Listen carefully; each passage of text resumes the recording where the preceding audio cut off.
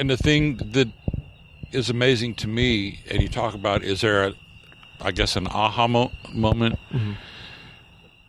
That moment to me is when you see this child who has gone through it's normally really some pretty horrible crap, Mm-hmm.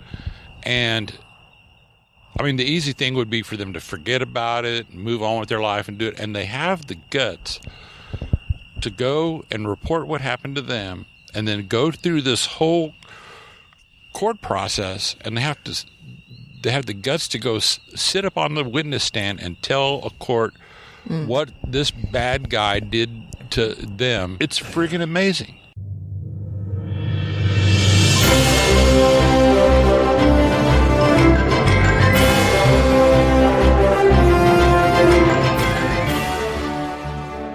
Welcome to Everyday Superhumans, the podcast to restore your faith in humanity. I'm Kyle. Sound happier. Okay. I'm trying to do my serious NPR voice. The podcast to restore your faith in humanity. It's me I'm trying to channel my inner Roman Mars. Oh. That's what I'm trying to do. And you are? We're still going? Yeah, we're still going. Okay. All right. I'm Charlie. I'm just critiquing. I'm just here for the comments. You're giving me editing notes before I even start editing the intro. Yep, that's my job. Do you know what my favorite month of the year is? What? Wait, can I guess? Yeah, you asked. So I think it's November. Wow, you are off by a month. Oh. It's the month we record the episode that we're releasing today. Whoa. It's the month of October. It's been a while since we recorded this episode, but it's a great episode. And it was actually supposed to be our season closer for our last season. However, I went out of town for a couple of weeks, and then you went out of town for a couple of weekends, and we just couldn't get together for a while, and we decided to just push it to the season. So here it is. Here's Bikers Against Child Abuse, which is a kind of a strange idea for a nonprofit when you first think about it. Like, bikers, like the tough guy, they roll into town and they like make it their small kingdom before they roll out again. Yeah, they're like a crib. Yeah, they're a crib. A crib. They're like a gang. Well, I'm thinking of children, and then I thought of crib, but they're like a crew. Yeah, they're like a crew that carries a crib. That's a good way to put it. Yeah. So the Bikers Against Childhood Abuse, or BACA for short, they take that biker persona and they bring it to like a more inspiring kind of like superhero persona for these kids. Yeah, so they empower children not to be afraid. Yeah, and they usually escort these kids to their court hearings and like sit there in the audience to like let them know that they're not alone. They also like empower the kids through like giving them things like road names, and then they also give them like their custom patches and all that stuff. It seems kind of gimmicky at first, but like when you think about it though, they're showing these people that have like felt hopeless their entire life that they can be tough by the sweetest people of all times. Doesn't matter how tough they look, they're super sweet. Rocksteady and the kid who we speak to, they had hearts of gold. My name is Rocksteady, and I'm the president of the Austin chapter of Bikers Against Child Abuse. And I'm the kid. I'm the vice president for BACA Austin. So how did you get involved with BACA? Start with you, Rocksteady. So I had seen people with the BACA back patch around town for a long time, and I have always been active riding my bike, and I also have been active doing volunteer work for different things in Austin. Mm-hmm. And so I stopped the guy that had a patch one time and asked him what they were all about. And he told me, and I thought, well, that sounds really cool. And then 2 years later, I showed up at a meeting and found out what they were all really about, and decided to join. Would you elaborate what BACA is all about then? So our mission statement is to empower kids, help empower kids. So let me translate what that means. Kids who are in or who have been subject to abuse, whether it's sexual, physical, mental abuse, and they go into the court system, there's a big gaping hole between the time they report their abuse and the time they go to court. So one of the things that we do is help empower them so they're not afraid during that time, and they're not afraid to go to court. And we try to help them get to where they can live life normally again. I mean, that's a really hard thing to do, but, we try to help them get beyond whatever kind of abuse that they've encountered. And how did you get involved? But no, I first ran into BACA. I think it was at a Chewy's, actually. I had a bunch of them parked out front, and, thought that looks cool. I hadn't actually started riding yet, so I didn't really think much of it other than looks like a bunch of cool dudes, right? Yeah, I just saw a bunch of cool dudes hanging out in front of Chewy's. And, after I got into riding, been just riding around on my own for a bit, wanted to get involved with an organization to, build some of the biker brotherhood that you hear about. And I've always been a protector by nature. So when I found out more about BACA, what they actually do with protecting these kids who have been abused and empowering them to go on with their lives, that stirred something in me. And I knew that, I'd found home. Yeah. And we're actually outside of the Child Protection Services right now. Right, Center for Child Protection. Which I take it you work really closely with then. We kind of have a mutual admiration society with them because they're the first ones to get to interact with a child, an abused child, and they don't refer every case to us, but certain cases they will refer to us, and we have our monthly meetings here. I mean, they know who we are and we know who they are, and we fit together really well. Mm-hmm. So what exactly does BACA do to help empower and protect these children that are, I guess, abuse survivors would be a good way to put it? Yeah, they're definitely survivors. We call them our heroes because when you look at the statistics, it's 1 out of every 4 girls, 1 out of every 6 boys are faced with abuse as they grow up. When you extrapolate that to how many people there are in the country, it's a really large number. The statistics show, too, that the average child abuser, especially child molesters, will victimize or go after hundreds of kids before they're finally caught. So when one of these kids stands up and says, "This happened to me, this is not okay," and they're the ones that did this, they're saving countless other kids. And so, like I said, we call them our heroes. Mm-hmm. And the way that we help them is by giving them support through our physical presence if necessary, and then the emotional support of, you woke up at 3 a.m. from a nightmare, and yeah, we'll take that phone call. We'll talk you down, and we'll make sure that you're safe, and if need be, we'll come stand outside your door and make sure that nobody gets in. So does each biker have a kid, or you're like a sponsor for a kid? So basically, right. So the way it works is that each child that we get, once we've decided that we're going to bring them into our organization, we actually have a ceremony where we adopt them into our family. Okay.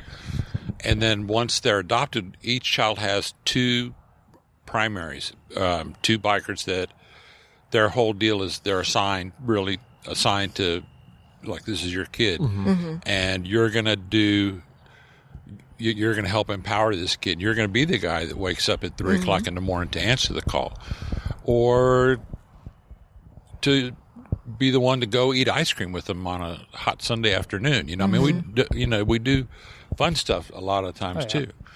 So things like just like anything to comfort them in a way, like almost get them through it. Big brother, big sister. Yeah, but in like a more serious circumstance. So possibly. Yeah, I mean, what they go through is a very serious deal, right?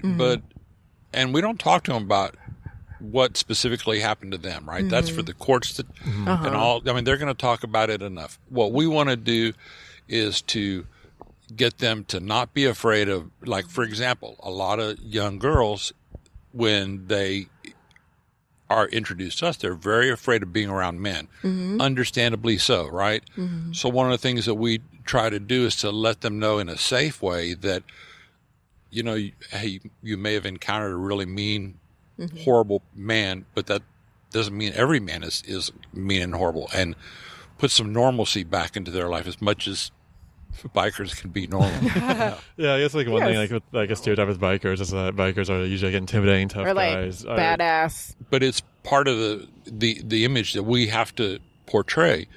It's important that I say that we're not a vigilante group. We don't go hunting people down and take them off and make them disappear or anything like that. We're absolutely we're a nonviolent organization, but we are bikers. So, I mean, You're kind of like bodyguards, like, and also emotional support, but an emotional support to these kids. You're protectors. That's Well, what I and we think. want our kids to know that their family is bigger than their monsters. You say the bigger than their monsters. What do you mean by that? Well, so these kids are, terrified at the idea that their perpetrators are going to come back in the middle of the night, crawl through their window and hurt them because, they told people what had happened and what they'd done. And if they know that their family, their brothers and sisters that they now have their back, then they don't have to be afraid. They can go onto the stand and tell their story without fear of what's going to happen when they go home that night. Yeah, that's one thing I read on your website is that a tradition with the bikers is typically to have like a tight niche group that's like a family outside of your family. So showing these kids that like you can choose your family in a way, and they're always there to like there's people always there to support you, is a terrific idea. How did BACA get started? So in 1995, there was a guy named J.P. Lilly. Mr. Lilly was, or I guess he still is, a social worker and a registered play therapist in Provo, Utah. Thank you. Provo, Utah. I keep saying Seattle, but it's Provo, Utah. Yeah. And he had a child who he was doing therapy with, and he noticed that when he would do his therapy sessions with him, it was great and everything, but then the kid went home, and then this kid started obsessing with the fact that he had to go to court soon, and he was worried about it, and so the kid just turned in on himself, and became very quiet and wouldn't interact with anybody. It's a lot of pressure for a kid. Yeah, well, it really is. So what he did is he rode a motorcycle. So he got 27 of his friends to go to a barbecue that was at that kid's house that afternoon, and they all went and showed up on their bikes, and they all interacted with the kid and said, hey, we're here, and we got your back and everything. And then the next day, the mother said, the kid was out riding his bike the next day, and he was out and he was interacting with people, and he wasn't afraid anymore. So the chief got his J.P. Lilly's road name is Chief. So he went and started BACA with that right then with 20 of those people that went to that party. And so BACA grew from that that small 20-member group to now we're in 47 states. Oh, wow. 18 countries. I think it's 17 right now. 17 countries.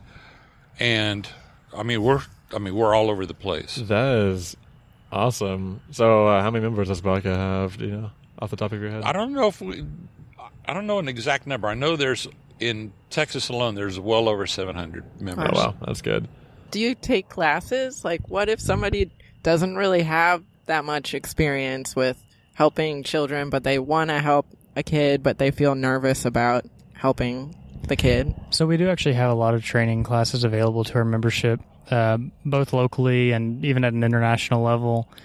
We've got a lot of social workers that are in BACA and people smarter than I am at these kind of interactions. And so we train our members to know how to talk to children, how to react to certain things they might say, and definitely things to avoid. And that's definitely hard, especially if you don't interact with kids often. I just started volunteering at middle school for my job.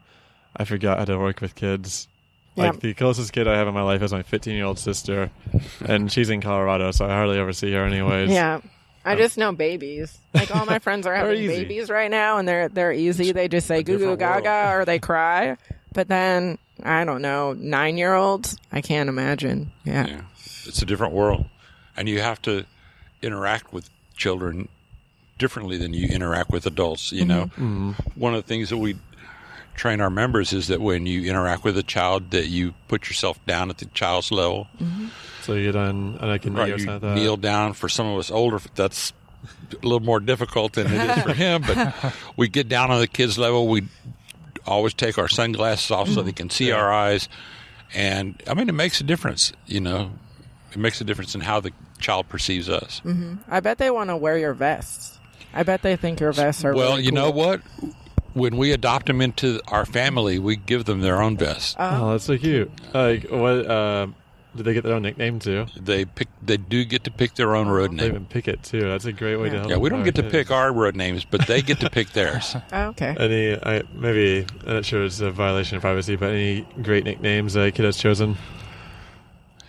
Each of their nicknames they choose is special to them because of one reason or another. They may like blue turtles, for example. You know, they saw a cartoon and they saw a blue turtle and they thought it was awesome. So their road name is going to be Blue Turtle. Some of them are maybe not so cryptic. You know, they may like a certain cartoon or a certain superhero, and they'll pick, you know, like Wonder Woman as their nickname because that's something that was important to them, or they like that. It's superhumans and superheroes, so we're all about that. Exactly. More superhero names, the better. Yes. How do you earn your nicknames then? When I joined BACA, I had another road name already, and we're never allowed to keep our existing road names. We have to get a road name based on something from within the organization. Why is that? Just kind of tradition with biker? It's kind of tradition, and we become our own personality being in this organization. When I joined, I really thought so much of the organization that I never missed any event. I mean, I was there. If there was an event that I could go to, I went to that event. And a couple of the other members thought that, you know, that was they could always count on me, and I was Rocksteady. Yeah. Unlike the Mutant Ninja Turtle character, which is, you know, there's a rhinoceros that's... Oh, I didn't know that. I never grew up with the TV shows. Well, so yeah. I just know Raphael. Is that one? Yeah, he's a turtle, but... Yeah. Anyway, there was a character named Rocksteady in that series, Okay. but I was not named after him. Okay. He And wants you to know that. the kid. The kid, yeah. So, like I said, I'm a lot younger than a lot of bikers that you'll see in organizations. And in our chapter in particular, definitely the youngest member. So it, I don't know, it just kind of came about. Started having a member or two refer to me as the kid. Yeah. And it just kind of stuck. Yeah.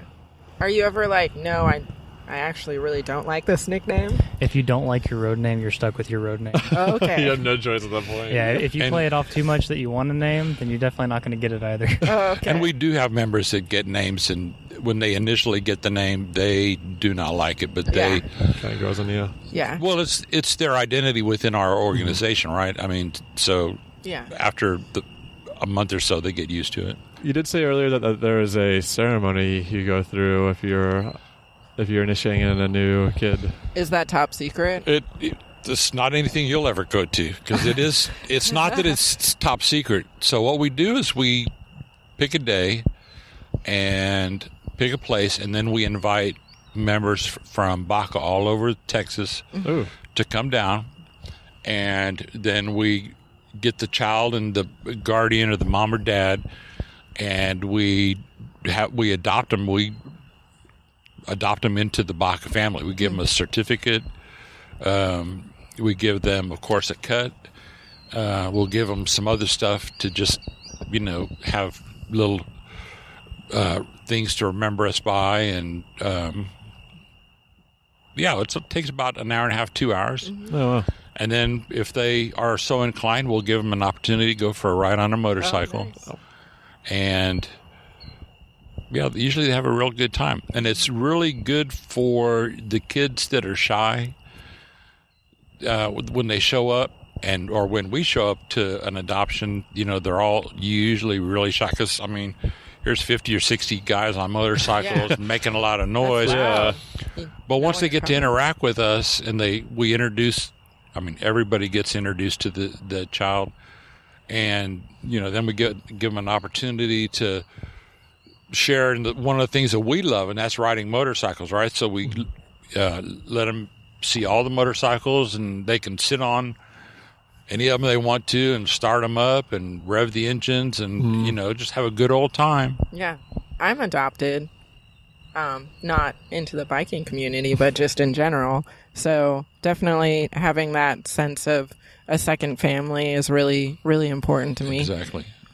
Yeah, I was adopted too, so I know exactly really? what you mean. Yeah. Yeah. Oh, wow, you got two adoptees over here. Were you adopted too, kid? No, I wasn't. It's okay. Kyle wasn't either. Yeah, I wasn't either, so that's cool. Oh, sorry. We'll forgive y'all. Yeah. I like the fist, the pound. Where did that come from? Is that a national? It's right. So this is the symbol of our organization. Mm-hmm. And since I'm the president and he's the vice president, I'm going to let him explain exactly what each and everything on that patch means. Because we're an organization that has a lot of symbology in it. And okay. Our patch has a lot of symbology to it. So go for it. Let's start with the colors. Yeah, so the colors and the symbols all have a meaning to us. So starting with the white on there, the white represents the innocence of the children. Okay. The black represents the dark times that the children have gone through. Mm-hmm. The red represents the blood shed by the children. Oh, wow. If you look at all of our patches, you'll notice the red and the white never cross. So, and we like to keep, the innocence separate from the bloodshed. So that's really important as part of the symbology. The fist represents our opposition to child abuse. Mm-hmm. The skull and crossbones here represents our intent to see the death to child abuse. And then the chains on our patch represent our United Organization. Cool. Very good. Yeah. Did you pass? Good job. That's perfect. Okay. That's perfect. A+. A+. I was in Greek life, so I'm all about the symbols too and the meanings behind everything. And who knew that a nautilus shell could represent friendship? So, but yours is more cut and dry compared to the nautilus shell and the teddy bear. Teddy bear? Yeah, it was like a nautilus shell, a teddy bear, and a dagger. A dagger? What's a dagger for? Bad friendship. Yeah. Or the end of a friendship. Yeah, you don't want to know, Kyle. What kind of person kind of goes into BACA and like, hey, this is like the thing I want to do? Is it usually people that like went through the abuse themselves as a kid, or just people like just good-hearted and love to ride a motorcycle? So I think it's probably a mixture. I'm sure that we have members who have been through this as children themselves, and there's others that just see an opportunity to help kids out, and so they jump right in. It's not for everybody. We have people that come in and they hang around for a bit, and it does or it can take a toll on you. It's a big commitment. So the people that stick around are the ones who see the benefit to the kids and what we're doing to help them, and here for the long haul. And our members, it does take a commitment. I use most of my vacation from work. I use doing BACA stuff. I don't go on cruises and that kind of stuff. I'm taking a couple of days vacation here real soon, and I'm doing 2 days worth of BACA stuff. So it does take a big commitment. Mm-hmm. And not only to us, but our families. I know he's married and got a new baby, and it takes a commitment to, instead of coming home from work, going out and doing something for BACA when you could be sitting at home, sitting on a couch with your wife and kid, But that's the commitment that we make, It's not something everybody's going to do, but we choose to do it, right? Yeah. Did you guys grow up more service oriented before BACA? Did you do anything? I never was service oriented until I became older. Mm-hmm. One day I thought, well, I could go spend tonight sitting at a bar drinking somewhere. Or why don't I find something really nice to do and help somebody out? And so, I don't know, I probably was in my early 40s, I decided to start doing volunteer work. Yeah. What about you? Yeah. I'll give a shout out to my dad. He raised me to look out for people and to serve where I could. So I've always had a pull to help people and serve where I can. And like I said earlier, when I found this, it was just the perfect fit. I get to help kids who have been hurt and they're scared, and I get to ride my bike while I do it. Right? Yeah. What's better? Talk about win-win. Yeah. Do you have any stories you'd like to share? Like any Heartwarming Stories. Always. So we don't talk about our kids specifically, but I can tell you in general that there's no better feeling than meeting one of our kids and seeing the change in their demeanor after being brought into the family and interacting with us, especially over several months. Mm-hmm. It's so amazing to see the life come back into their eyes. And they learn to trust, too, again, I bet. And they learn how to be really kids. Good. Mm-hmm. Yeah. That's the most important thing. Yeah. And the thing that is amazing to me, and you talk about, is there, an aha moment? Mm-hmm. That moment to me is when you see this child who has gone through it's normally really some pretty horrible crap, you know? Mm-hmm. And, I mean, the easy thing would be for them to forget about it and move on with their life and do it. And they have the guts to go and report what happened to them and then go through this whole court process, and they have the guts to go sit up on the witness stand and tell a court what this bad guy did to them. That's so much pressure for a kid, but yeah, it has to happen for justice to be served. And they're able to do it, and it's freaking amazing. They're brave. I bet they don't even realize it too. Like, they need to, and maybe you guys show that to them, that they are brave. Well, we definitely let them know, and that's why we do call them our heroes, because I mean that's a pretty tough thing, you know. Yeah. I mean, I don't know how many of us could do that. No, I don't think I could. Well, and another important point too is that, you know, as Rocksteady said earlier, our primary mission is to do two things: it's to protect them and empower them. Mm-hmm. Mm-hmm. You know, we're not going to be around forever. We're not a permanent crutch. Mm-hmm. We're just here to show them that they are strong enough to stand up on their own and that they can take the power to control their lives back. Mm-hmm. Are you ready for your signature final question? Yeah. So we're everyday superhumans. So if BACA could be a superhero, what superhero would it be? And what superhero power would it possess? So my favorite superhero, anti-hero, is actually Deadpool. Okay, yeah. Now, the movie is not very kid-friendly, but if you're a fan of the comics, he's a little loud birds off the wall. Mm-hmm. He's a little crazy sometimes, and he can be a little rough around the edges, but he's got a heart for kids. Mm-hmm. If you read through the comics, he's got this one kiddo in particular that he looks after and protects. And so if I had to pick a superhero for BACA, I love Deadpool. He's even got the right colors. Yeah, I like that. All right. I didn't know he had a heart for kids. I've only seen the movie, really. Like that. Mm-hmm. Yeah, the movie's the rude and crude, but if you really get down into the character, he's got a really good heart. Spoiler. Yeah. It's a great answer, man. Yeah, that's great. Anything else you want to sign off with? Like anything that I may have missed asking you guys earlier? I think that you like to share? No, the upcoming events. I know none we can talk about. Oh yeah.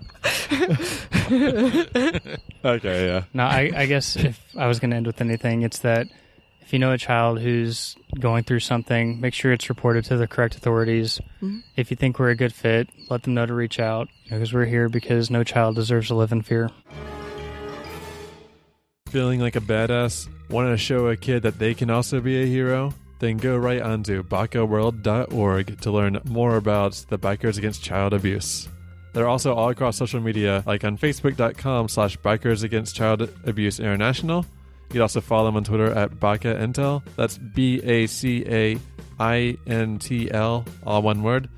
And on Instagram at Bikers Against Child Abuse Intel. That's also the INTL. Feeling bad about the world? Does the 24/7 news cycle keep you down? Never fear, Everyday Superhumans is here. Restore your faith in humanity today at everydaysuperhumans.com, where you can learn all about the people saving the world each and every day. While you're there, sign up for our monthly newsletter, where you can learn all about the ways you can become superhuman today. You can also follow us on Twitter at SuperhumansCast, like us on Facebook at facebook.com/everydaysuperhumans, and check out our Instagram at everydaysuperhumans. Have we helped you restore your faith in humanity? then be sure to rate and subscribe to Everyday Superhumans on iTunes, Stitcher, Podcast Addict, or wherever you get your podcast. And if you're feeling really generous, be sure to donate to our Patreon at patreon.com/everydaysuperhumans. And remember, not every hero has to fly, so grab your cape and let's go.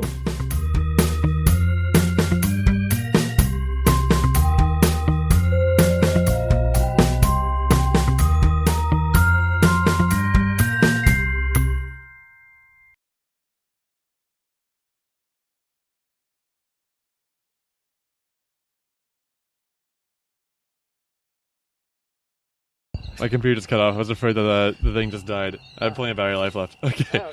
I freaked out there for a second. Huh. We'll talk fast. Yeah, I gotta talk fast.